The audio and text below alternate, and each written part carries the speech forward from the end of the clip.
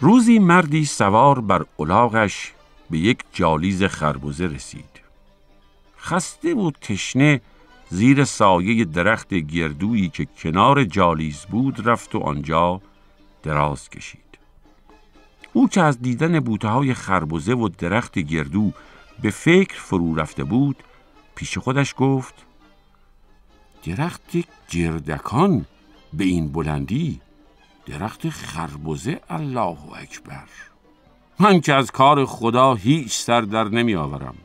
آخر چگونه خربزه به آن بزرگی را روی بوته‌ای به آن کوچکی و گردوی به این کوچکی را روی درختی به این بزرگی آفریده است؟ در همین فکر بود که ناگهان گردویی از شاخه جدا شد و به پیشانیش خورد. مرد به خود آمد و دست به دعا برداشت و گفت: خدایا شکرت. حالا میفهمم که اگر خربزه‌ای به آن بزرگی را روی درخت قرار داده بودی و اکنون به جای گردو آن خربزه به سرم خورده بود، چه بلای وحشتناکی به سرم می آمد.